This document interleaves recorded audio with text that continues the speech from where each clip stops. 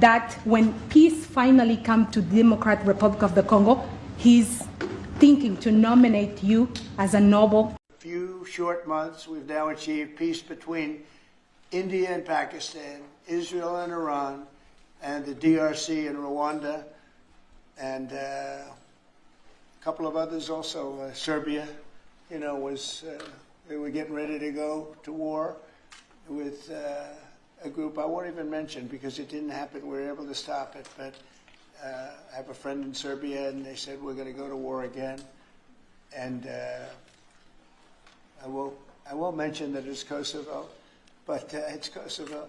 But they were going to have a big time war, and we stopped it. We stopped it because of trade. They want to trade with the United States. I said we don't trade with people that go to war. Aya majwi dutanguriye ko muriko murumviriza ngira namwe muri kubibona. Uyu ni President Donald Trump nawe yagize icyo ashikirije mugihe yari kumwe n'abaministre babiri b'ibihugu bubanye n'amahanga ndetse w'igihugu cy'u Rwanda n'igihugu cya Congo. Aho ni mugihe bari bahejeje gusinya gutera ku mukono ku masezerano agarukana amahoro kuri ivyo bihugu byose uko ari bibiri. Mugihe bari bahejeje gusinya ayo masezerano bace bagenda muri ofisi za President Donald Trump ari wayoboye Amerika kugira ngo nawe agire icyo ashikirije. Ministre w'ububanyi n'amahanga hari ibintu byinshi babwiye President Donald Trump ariko babimubwira babicishije mu mfunyafunyo. President Donald Trump nawe agira icyo ashikirije aho yabandanije avuga ati ibiri muri aya masezerano dutegerezwa kubikurikizwa kandi utazobikurikiza azotegerezwa kwibonera ko abone impamvu yo kuvuguruza amasezerano yasinye.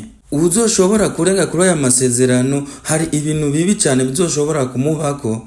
Ayo namwe mu majambo President Donald Trump yakoresheje igihe yariko aragira icyo ashikirije. Kano kanya nshaka tubandanye kumviriza ijambo ryashikirijwe na President Donald Trump ariko arishikiriza bano ba ministre b'ububanyi b'amahanga b'ibihugu uko ari bibiri vyose. Arimo arabwira abanyarwanda ndetse n'abakongomani kandi ndetse n'isi yose.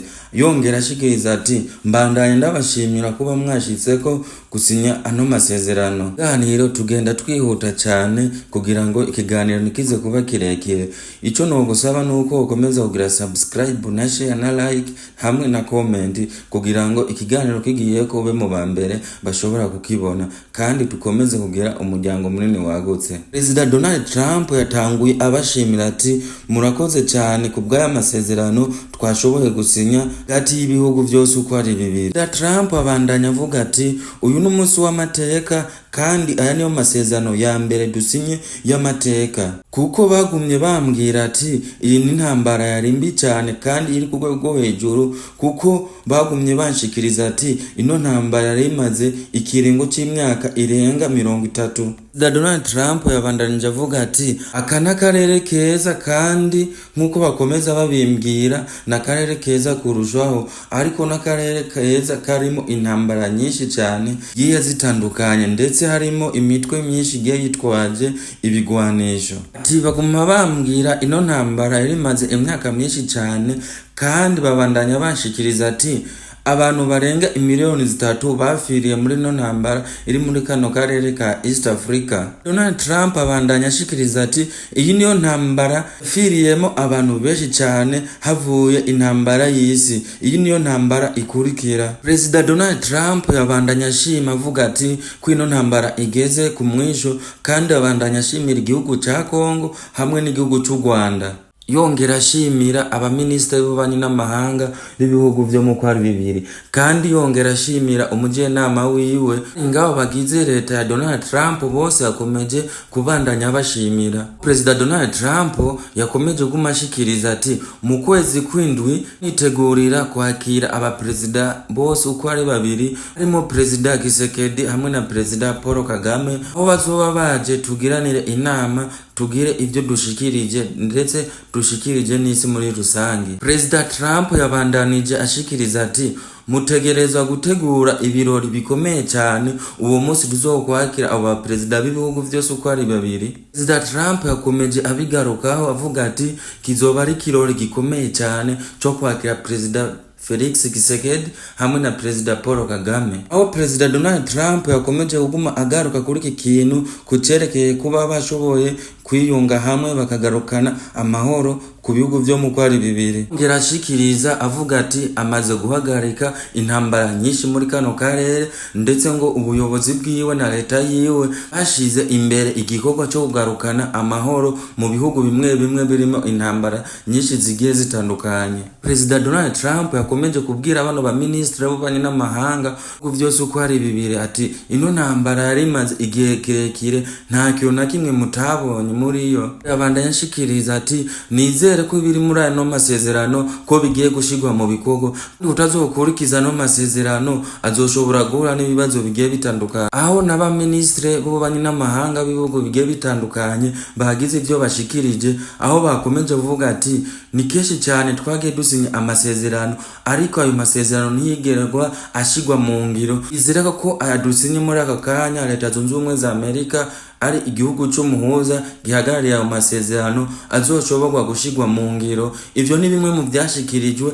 n'abaministre b'ububanyi n'amahanga uko ari babiri, kandi babandanije bashikiriza ati turizera ko mu bufatanya bwanyu ko ano masezerano azoshigwa mu bikorwa. Aho bakomeje bashikiriza ati aka kanya abaturage b'igihugu ca Kongo ndetse n'abanyagihugu b'igihugu cy'u Rwanda bose basigaye bazi izina rya Donald Trump uri kurakoresha ingufu cyane zo kunga bino bihugu ari bibiri kugira ngo byongere kugira umubano mwiza, byongere gusubiza hamwe. Thank you so much. Thank you so much, Mr. President, for having us here. I think I can summarize my contribution in 3 main points. First of all, thank you and congratulations indeed for this remarkable milestone, which is putting an end to 30 years of conflict and of suffering, and which is redefining the perspectives that millions of Congolese and of citizens of the greater Great Lakes region will have. The second point is stay committed, stay on board. We need the United States to make sure that this agreement holds and that you hold us accountable. And the third point is, if you stay on board, I think there are so many perspectives that we can transform our partnerships through and that can usher in an era of prosperity, of growth, and of shared bilateral relationships that go well beyond the challenges that we've shared together, and that can at least or finally focus on the potential and of the wealth that we can share. So again, our heartfelt gratitude to you on my behalf, but more importantly, on behalf of the people of the Democratic Republic of Congo. Thank you so much. And as mentioned, President, first of all, I want to let you know that I'm the only African reporter accredited here at the White House and cover for the entire continent. So I just arrived from Congo, Democratic Republic of the Congo, yesterday. I went to see firsthand how the people is feeling and the president's message, President Felix Tshisekedi, about this upcoming peace deal. And let me tell you firsthand what I've witnessed myself. I spoke with the people on the street. I spoke with youth. They know your name. They know that a president named President Trump is working hard to finally bring peace to the country. I saw hope. They have hope now for a better day in Congo. They see what you're doing as a future, better future for Congo. And I had opportunity to sit down with President Felix Tshisekedi for an interview because I want to understand his mind, what he's thinking, his feeling about everything that your administration is doing. And he told me firsthand that for many years, many American presidents overlooked this conflict. They didn't do nothing. Even myself, I cover President Biden's administration. I pressed many times about this conflict. People are dying in Congo. This country has so much potential, but they need help because this war is destroying the country. Right. They never gave me any answer. And he told me, President Tshisekedi, that he's you have no idea, he's very thankful for what you're doing, for what your administration is doing. Not only him, the entire Congolese people, they see that finally they will have hope. And President Tshisekedi also mentioned at the end of my interview that when peace finally comes to the Democratic Republic of the Congo, he's thinking to nominate you as a Nobel